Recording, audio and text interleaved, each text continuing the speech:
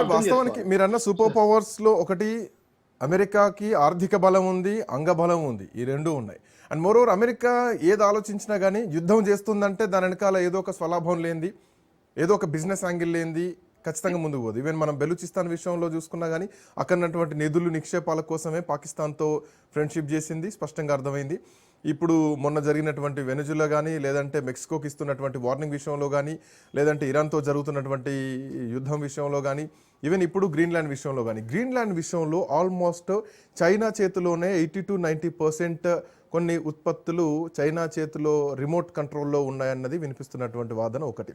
అందులో ఉన్నటువంటి చమురు కానీ, అందులో ఉన్నటువంటి నిక్షేపాలు కానీ, సో వీటిని చైనా పైన ఆధారపడకుండా, చైనా దీనిపైన ఆధారపడకుండా రేపొద్దున డెన్మార్క్ని, గ్రీన్లాండ్ని అమెరికా టేక్ ఓవర్ చేస్తే సో ఈ నిక్షేపాలు మొత్తం కూడా అమెరికా కంట్రోల్లోకి వచ్చేస్తూ ఉంటాయి. సో చైనా ఎంట్రీని ముందుగానే పసిగట్టేసిందా? రష్యా చైనా ఎంట్రీస్ని అమెరికా ఈ లైన్ ఎట్లా చూడొచ్చు?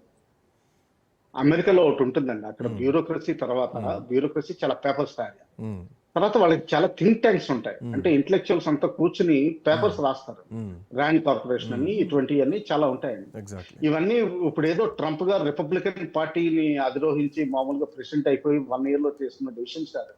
డెమోక్రాట్స్ కూడా ఇది ఇంతకుముందు కూడా మాట్లాడారు, వెనిజులా గురించి కూడా వాళ్ళు మాట్లాడారు. ఇవన్నీ ఎప్పటి నుంచో ప్లాన్స్ లో ఉన్నాయి. కొన్ని ప్లాన్స్ ఏంటంటే అవి చాలా ఓల్డ్ అయిపోయినాయి. 80s, 90s, 2000 లో, ఎర్లీ 2000 లో డిసైడ్ చేసి అవి మనం ప్రిజనర్స్ ఆఫ్ పాస్ట్ ఎక్స్పీరియన్సెస్ అంటాం. మనం ప్రతిదీ ఏంటంటే పాతది ఎప్పుడు ఆలోచించుకున్నప్పుడు అది ఫ్యూచర్ లో కూడా కంటిన్యూ చేస్తాం. ప్రతిరోజు మారం, కొంచెం మెడిటేషన్ చేసి మనం ఎలా మారమో లేటెస్ట్ ట్రెండ్స్ కి, అలాగే దేశాలు కూడా ఉంటాయి.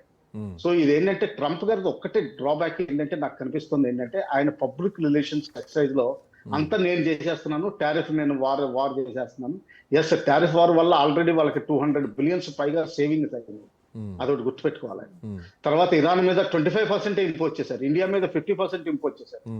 ఎందుకంటే రష్యన్ ఆయిల్ కొంటున్నాను, ఎందుకంటే ఇండియా మీద ప్రెషర్ తీసుకురావాలి. ఇండియా బ్రేక్ అవుతుందని, ఎక్కడో దొక్కుని బ్రేక్ అవుతుంది, కొంత కన్సెషన్ ఇస్తారని వాళ్ళకి తెలుసు.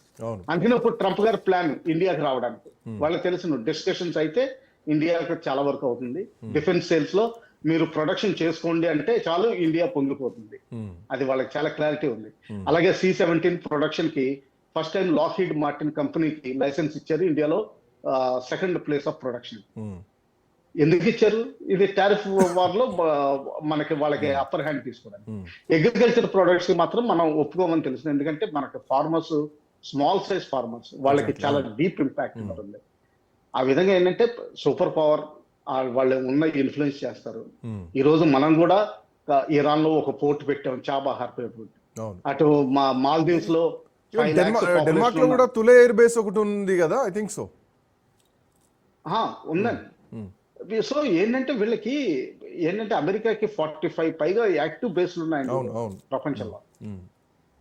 నాటో అసలు అమెరికా లేకపోతే నాటో లేదు. బ్రిటన్ అంటారా, అది పెట్టికోట్ గవర్నమెంట్ అంటారు యుఎస్ఏకి.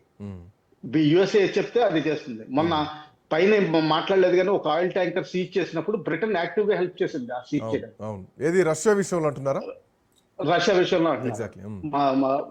అలాగే ఫ్రాన్స్ ఒక్కటే కొంచెం వేర్పాటుగా ఉంటుంది యుఎస్ఏ తోటి ఇప్పుడు. అందుకనే మనం రఫేల్ కొంటున్నాం, మళ్ళీ ఇంకో 114 రఫేల్స్ కాంట్రాక్ట్ తీసుకుంటున్నాం, తక్కువ రేటు ప్లస్ ఇండియాకి మ్యానుఫ్యాక్చరింగ్ ఫెసిలిటీ ఇచ్చే విధంగా విత్ 60% ఇండిజినియస్ కాంపోనెంట్స్. సరే, నాటో విషయం తీసుకొచ్చారు కాబట్టి ఇప్పుడు గ్రీన్లాండ్ ని ఆక్యుపై చేసుకుంటే నాటో ఏమైనా డిస్టర్బ్ అయ్యేటువంటి అవకాశం ఉంటుందా? సో అమెరికా అధ్యక్షుడు ట్రంప్ విషయంలో ఇదొక ఈజీ వే అనుకుంటుండా, ఇట్లా అయితే ఈజీగా డిస్టర్బ్ చేయొచ్చు అన్నటువంటి థాట్ ఏమైనా ట్రంప్ ఉండొచ్చా? యూరోపియన్ యూనియన్ కి స్పష్టంగా తెలిసినండి, ఒకవేళ అమెరికాని విడనాడి మేము నాటో నుంచి బయటకు వస్తామంటే రష్యా మెల్లగా రోజుకో కంట్రీ తినేస్తుంది అక్కడ.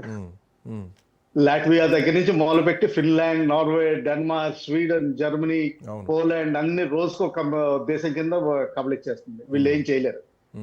అందుకనే రష్యా కూడా టెక్నాలజీ డెమాన్స్ట్రేటర్స్ చూడండి, పర్పెచువల్ మిసైల్, గాల్లో తిరిగే మిసైల్ లాగా ఒకటి తయారు చేసి న్యూక్లియర్ రియాక్టర్ తోటి పెట్టారు, మినీ న్యూక్లియర్ రియాక్టర్ తోటి.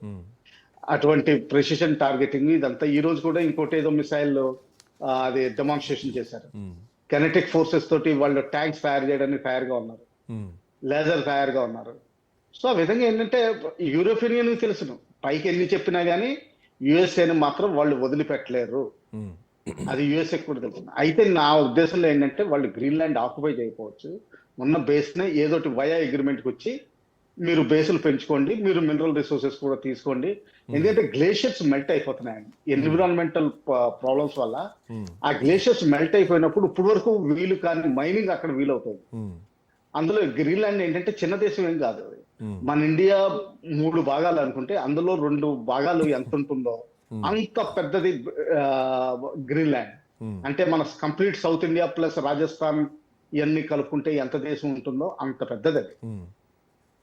సో ఆ విధంగా ఏదో ఒకటి రిసోర్స్ దొరుకుతుంది. దీంట్లో ఏమైనా బేరసారాలు ఎక్కువ ఉంటాయా? గ్రీన్లాండ్ ని అమెరికా గాలు కలిపితే ఇంత ఇస్తాం అంత ఇస్తాం అన్నటువంటి బేరసారాలు అమెరికా ట్రంప్ ఏమైనా ప్రజలతో చాలా క్లియర్ గా చెప్పిందండి. అట్లాంటి- డెన్మార్క్ గవర్నమెంట్ కి ఇస్తానంటుంది. ఆ 56,000 మంది సిటిజన్స్ కి మనిషికి $1,00,000 చొప్పున ఇస్తానన్నారు. ఎగ్జాక్ట్లీ, అవును.